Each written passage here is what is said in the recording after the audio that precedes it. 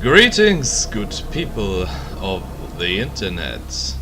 My name is Nocturne, and as it is October, and October is the time of scary stuff, I would like to play some Eternal Darkness for you and show this great horror game, which is actually my favorite horror game of all times, to the world. This is my second playthrough. I already completed the first playthrough with the path of Xel'lotath, but the first playthrough was done in well, I will change the menu because that weird sounds may be a bit annoying. I did the first playthrough in German, as I am German and I am not really used to using English. So if you understand German and you want to see the Xel'lotath path, please take a look at the playlist of my first playthrough. But I welcome all you people who only speak English and don't understand any word in German, as this second playthrough in the English language is actually done just for you. So this is the first time for me playing something and doing a commentary on English. So I will mess up the language, the grammar and the pronunciation quite often, so I hope you don't mind that and you will be able to understand what I am trying to tell you. So as this is my second playthrough, I would like to focus more on advancing in the game.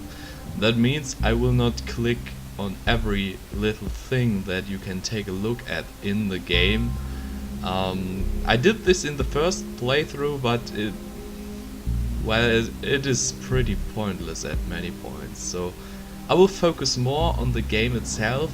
I hope you don't mind that, especially because many of my explanations that I did in my first playthrough, I think I cannot do them in English as my skills in that language aren't too good. So this is basically an experiment, and I hope you will understand me, and I hope you will enjoy this great horror game. So let's just start the game. Now I have to remember, I think I have to start a new game, and then I can say that I want to import my old save file. Start memory. Yes, exactly. You have previously completed Eternal Darkness Sanity's Requiem with the following alignments. Yes, I completed the game with Xel'lotath, and I would like to carry this information over to my new game, because the special thing with Eternal Darkness is, for all the people that don't know this game yet, that the game can be completed with 3 paths. The paths itself are pretty, well, it's basically the same game 3 times, but your the big enemy, kind of the end boss, changes, and the positions of enemies in the game change. And if you want to see the true ending of the game, you have to complete it 3 times.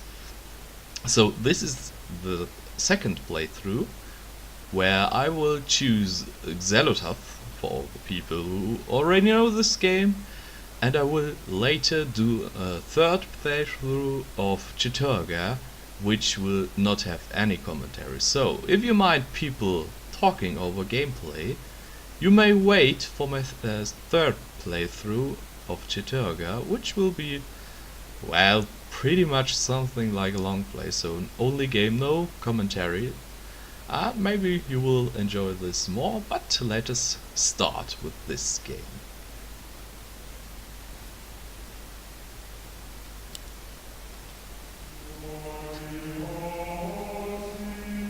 Flesh, bone, bound together with the oddest magical incantation. This wretched book is where it all began so long ago. Before time. Before humanity. I am Dr. Edward Roivas. I am a clinical psychologist. I am also dead.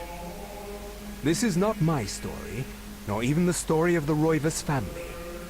It is the story of humanity. Like it or not, believe it or not, as you will. Your perceptions will not change reality, but simply color it.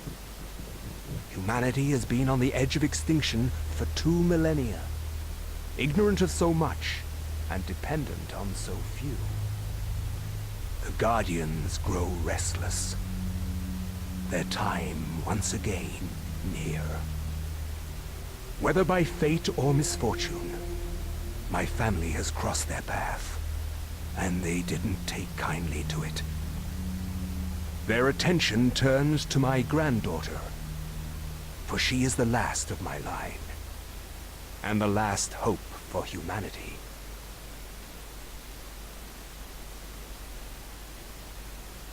And there she is. Buffy lookalike Alex Roivas, and I have to fight some zombies here without any context. But as you may see from the weird color of the screen, this is not real. And the gun is empty.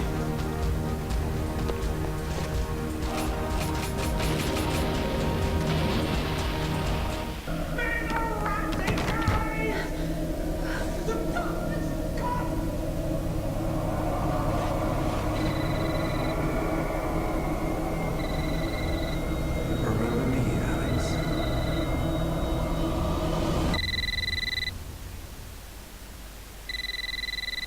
3:33 at night.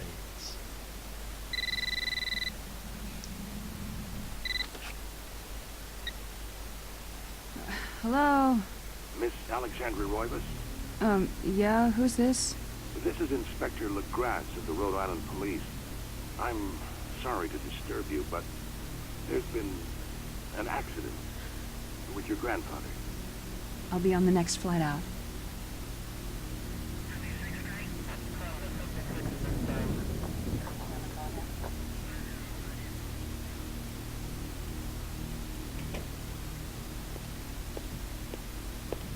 Ah, Miss Roivas, I'm pleased to meet you. I trust you had a pleasant trip?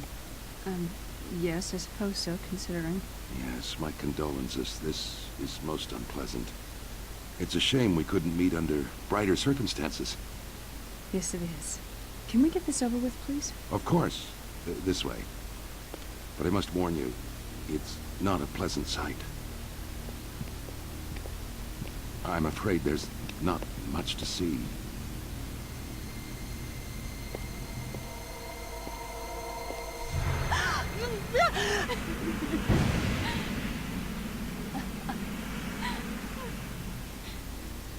Miss Roivas, is that your grandfather, Edward? Yes, it's him. He's wearing our family ring. I don't understand. Why are you showing me this? Can't you check dental records or something? What's wrong with you? I'm sorry. It's my job, lady. You're the only living relative, and no, we can't check dental records. There's no head. No, none of this makes sense. There's no sign of intrusion, and there was certainly a lot of force used here. I have never seen anything like this in my 20 years on the force. We have no evidence except for the body, and what's left doesn't say much. We don't have a single clue. Well, you better find out who did this. I'm not leaving Rhode Island until you do. There must be some clue in this old mansion revealing what happened. I want answers. So do I. I wish I had some.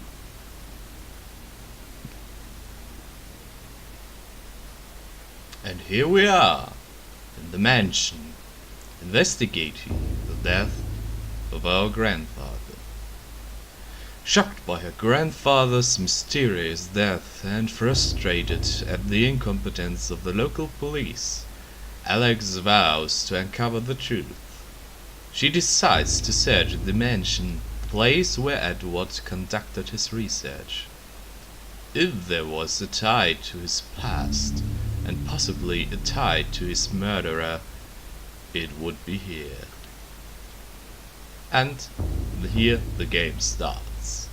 So, this is the mansion of our grandfather, and as I said, I will focus more on advancing, so I will not run around in all the rooms now, but I will examine this clock.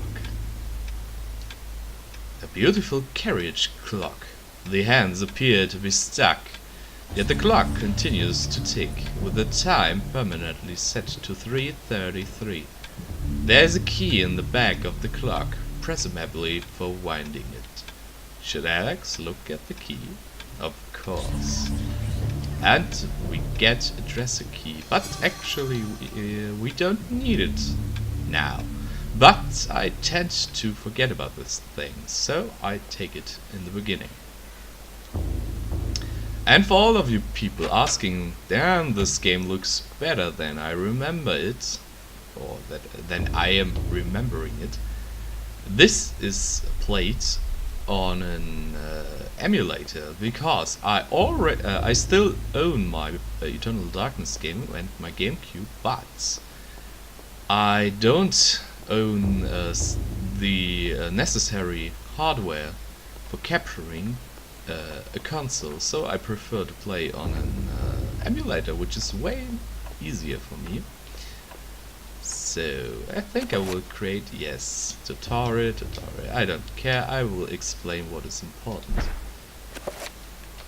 This is our manual, which is basically the Tome of Eternal Darkness, and I will do a new save. Let's do another one. I think we can have this many. Yeah, I can have quite a lot. I don't care.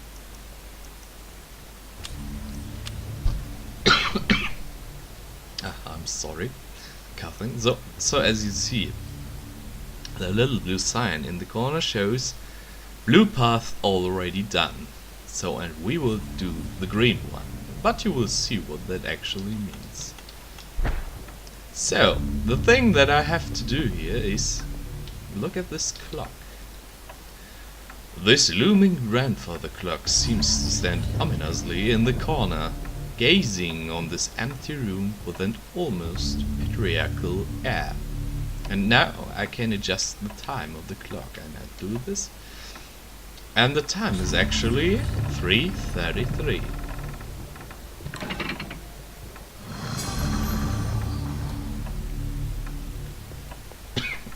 I'm sorry, I think I have something stuck in my throat, which feels awful. Maybe a bit of coffee may flush it down. Way better. And we find a secret room.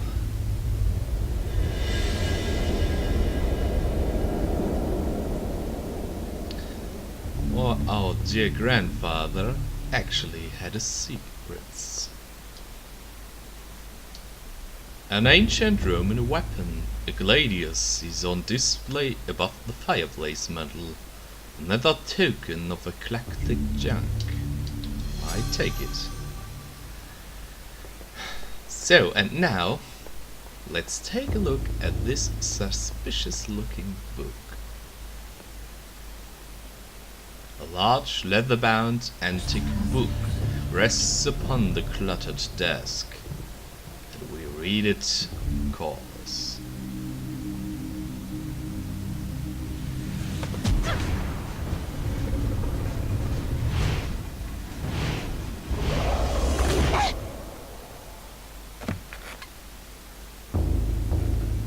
I had no knowledge of what was to come, nor did I care. How the knowledge changed me, it will also change you. As you read this, you will come to learn fear as I have. You too will come to understand. or you will perish. To think that once I could not see beyond the veil of our reality. To see those who dwell behind. My life now has purpose, for I have learned the frailty of flesh and bone. I was once a fool.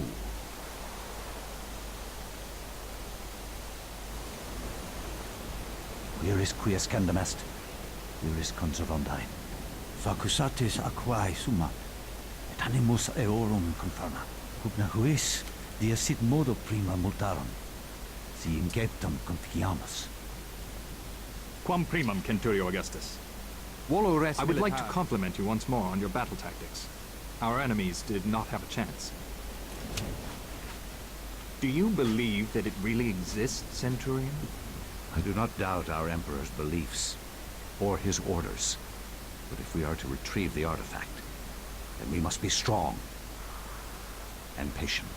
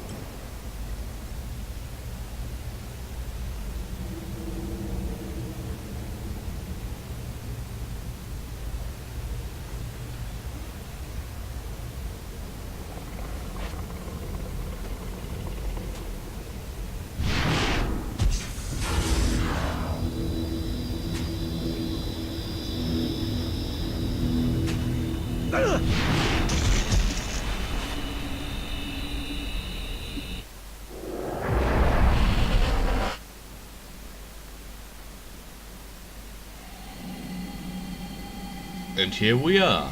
We are Pius Augustus now, a Roman centurion in the ancient Rome.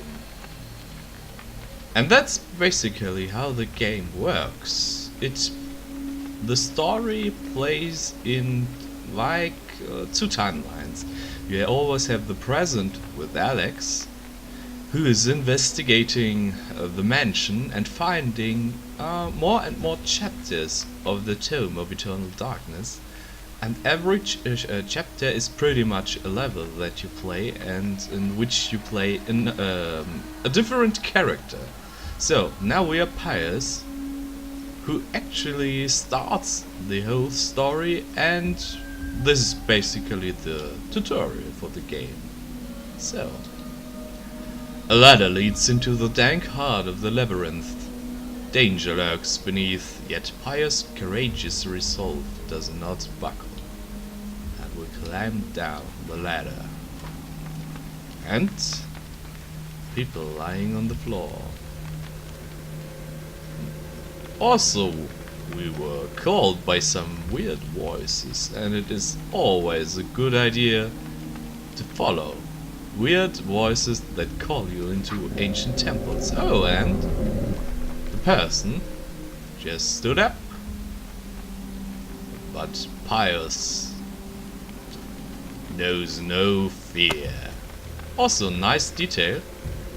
There are sometimes those little explosions in the fireplaces, and those actually how do you say it?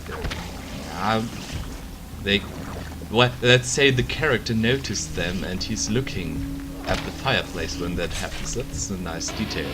For the most part, characters tend to look at enemies and items that with which they can interact. Hey, I just realized that those two zombies were spawned right in front of me. I always thought they already stand there waiting for me, but no, they are spawned. That was pretty bad. So, let's go on. Nothing to see here. We found a little granite block with a weird red rune. We take it and we go.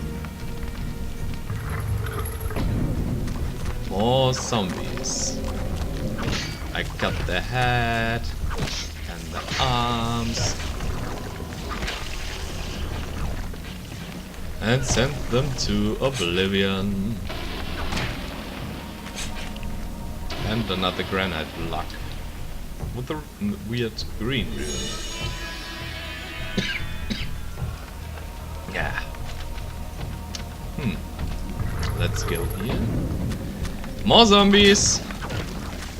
Actually, I don't even have to kill them.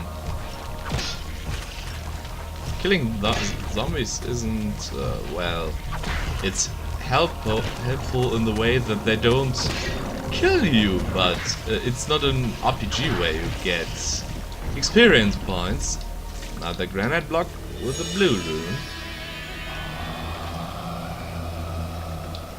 Bam. Bam. Yeah, this is not existing. Let's go down here. Donk. Donk. Ah, damn it. Wall. This way. And weird runes on the walls. With little holes below them. Bam. Bam.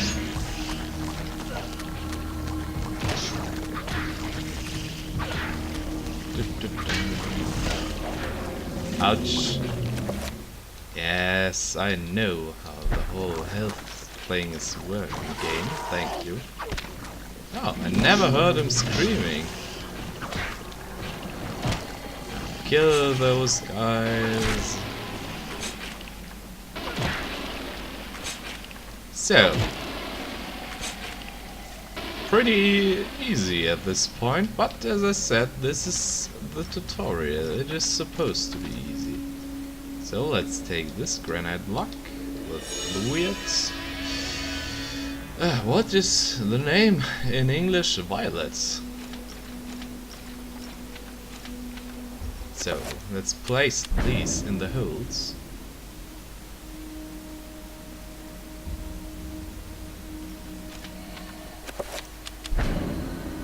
And I have to say, it is really weird to... It is one thing to play a game and do commentary. That is already pretty tricky. But it is another thing to play a game and do commentary in another language. But I hope you are able to understand me. And this game isn't so complicated that I have to do complex explanations that would basically not work, as my English skills aren't too advanced.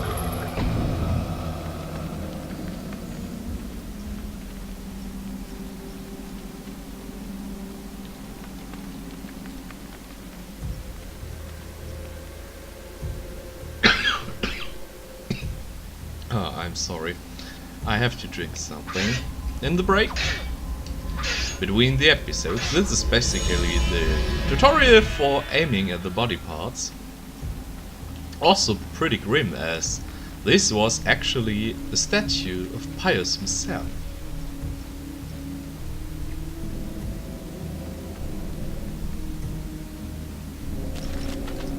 I don't care, I don't care. Let's push the button.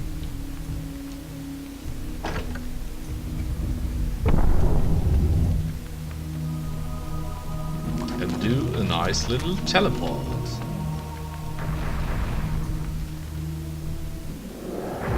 And here we are. The artifact chamber. So, this is basically, I'm saying basically quite often, I'm sorry for that. my vocabulary isn't too big, so this is a place where you choose your path. And as you see, the blue symbol isn't here, as I have already completed the game with it. And I will choose the green one now, which is actually pretty much one of the, well, I would say it's the most interesting enemy. An effigy resembling a warped angel shaped from dark green emerald hovers effortlessly above the pedestal. And we take it. What should go wrong?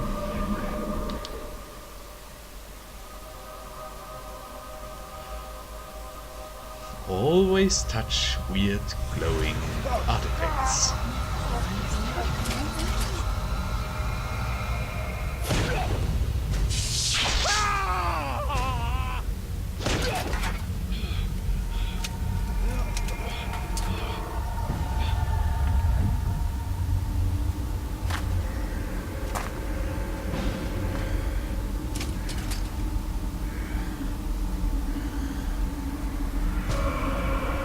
This isn't looking too good, actually. Eons have passed since then, and I have learned much. I was once as naive as a child, but now my mind is sharp.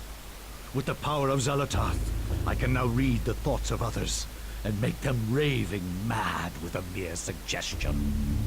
Face me, and you shall surely perish.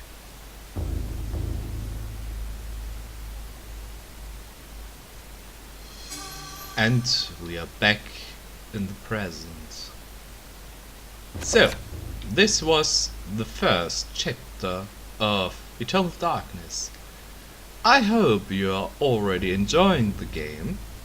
If you would like to see how the story continues, please watch the other episodes. But for now, I would like to thank you for your attention, and I wish you a gloomy and nice, calm October. See you next time.